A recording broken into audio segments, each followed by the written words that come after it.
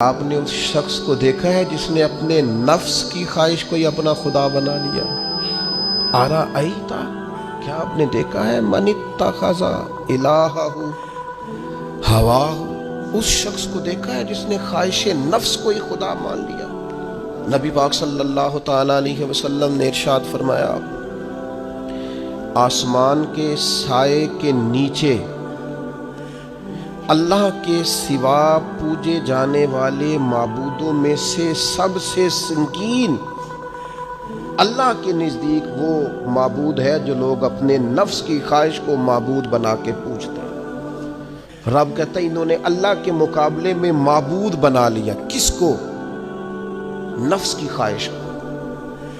ایک طرف اللہ کا حکم ہے، ایک طرف نفس کی خواہش ہے، چلتے کس طرف ہے؟ رب کہتے ہیں انہوں نے نفس کی خواہش کو اپنا معبود بنا لیا، اللہ کا حکم نہیں مانتے۔ میں آپ سے ایک بات پوچھتا ہوں،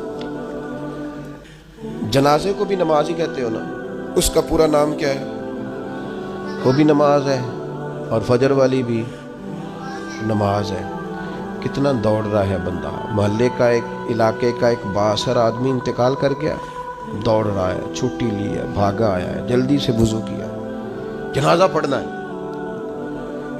لمبا چوڑا رش ہو گیا، صفیں گنی نہیں جا رہی، سر گنے نہیں جا رہے۔ یہ کس لیے آئے؟ کہتے ہیں نماز پڑھنے ہیں جنازے کی۔ اگر تو آئے ہو نماز پڑھنے تو فجر بھی نماز ہی ہے، ظہر بھی نماز ہے، عصر بھی نماز ہے، مغرب عشاء بھی۔ اگر تو نماز پڑھنے آئے ہو تو بتاؤ یہ والی چھٹی تم نے 5 نمازوں میں کیوں نہیں لی؟ اگر تو آئے ہو نماز پڑھنے تو پھر بتلاؤ یہ والا اہتمام فجر میں کیوں نہیں ہوا؟ یہ تم نماز پڑھنے نہیں آئے، یہ ہم اللہ کے حضور حاضری دینے نہیں آئے۔ یہ وہ جو سیاسی رکھ رکھاؤ ہے، یہ جو ذاتی تعلق، یہ نفس کی عبادت ہے، یہ اللہ کی عبادت نہیں ہے۔ یہ خواہش نفس کی تکمیل ہے۔ یہ رب کی عبادت، یہ تو اپنے خواہش کے پیچھے دوڑے آئے ہو۔ مجھے بتلاؤ نا۔ وہ ایک شاعر تھے، انہوں نے بات تو بڑی غلط کی، لیکن چلو بعض اوقات نصیحت کے لیے کچھ باتوں کو دہرا دینا چاہیے۔ پاکستان کے ایک معروف شاعر تھے، ان سے کسی نے کہا کہ آپ مسلمان ہیں؟ کہنے لگا آدھا مسلمان ہوں آدھا کافر ہوں۔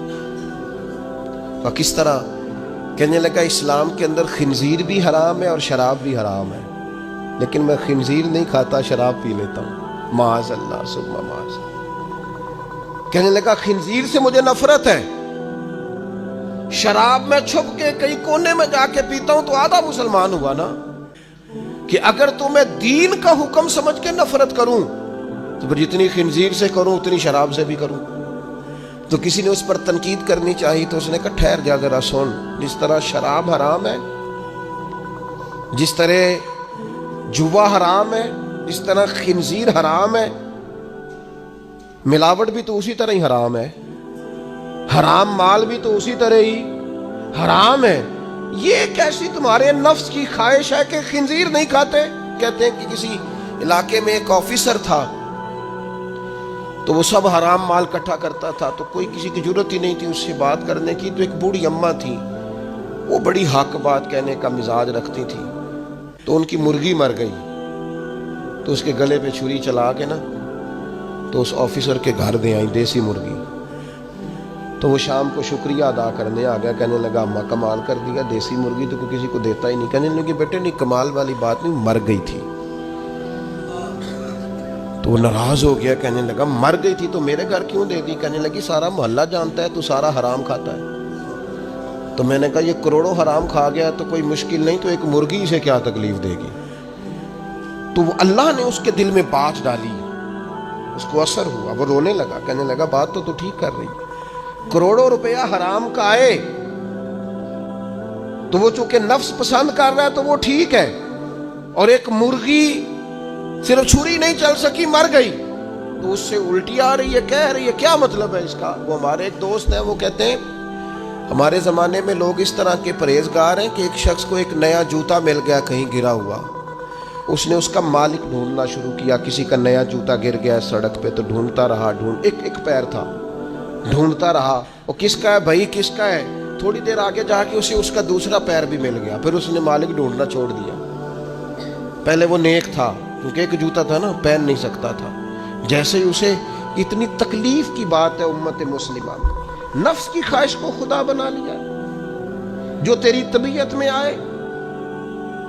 ویسے ماں باپ کو تو وقت نہیں دے سکا. ویسے اگر تجھے کہا جائے کہ ماں باپ کی طرف سے کسی یتیم بچے کا خرچہ اٹھا لے، وہ تو نہیں اٹھا سکتا. تیرے ماں باپ چلے گئے، ان کی وجہ سے تو کسی غریب بہن بھائی سے تعاون کر تاکہ ماں باپ خوش ہوں، ایصال ثواب، وہ تو نہیں کر سکتا.